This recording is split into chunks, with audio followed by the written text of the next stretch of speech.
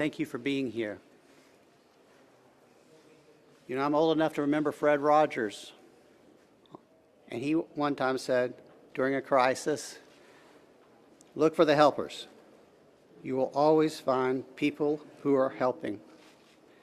In Kerrville, those helpers are the city staff, county personnel, state agencies, and federal agencies.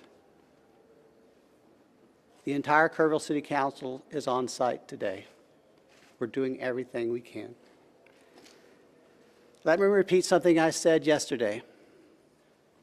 In our Emergency Operations Center, it's not a bunch of different teams. It's one team. Our goal is to rescue those in peril and find those who are lost. If you are interested in donating to help those families who've been affected, you can visit the Community Foundation of the Texas Hill Country. They've set up a portal for donations, and I understand our community, our state, and the world have been responding. Thank you. Kerrville's branch of the Salvation Army has been designated as our official partner for volunteer coordination and in-kind donations. They can be reached at a number very similar to what you just heard, 830-465-4797.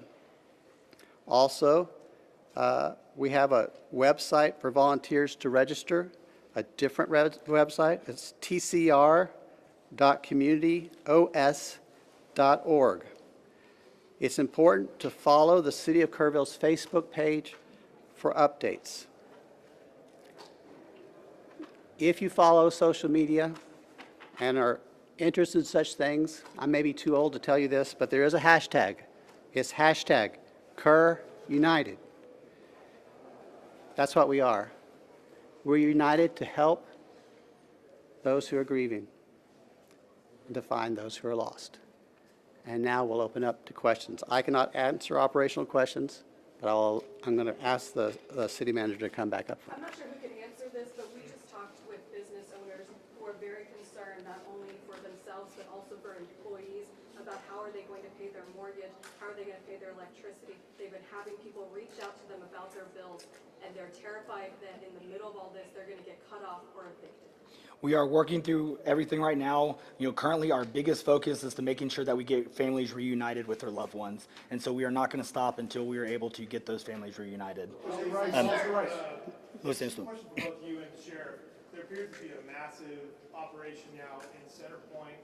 Is that where we're seeing bodies recovered at this moment? We are seeing bodies recovered all over, up and down. So as we make our way east to west, we have the entire pretty much span of operations. We broke it down into grids so we can recover those bodies. So yes, it is a full operation. None as of this morning, Lucy. Yeah. One more question. Yeah, well, one of the questions that still hasn't been answered 3 days into this is despite TEM's warning on July 2nd and July 3rd that something like this could have happened, that the threat existed, why that information didn't get down to the camps and why they weren't evacuated. Can you answer that now? That is a great question, but again, we want to make sure that we continue to focus. We still have 11 missing children that we want to get reunited with our families. Until we can get reunited with our families, we are not going to stop. We are not going to stop until we do. So, thank you. Follow-up question, sir. Was any emergency alert given out on the 4th, that morning of? Did anyone get Sir, any there are alert? families who deserve better than that.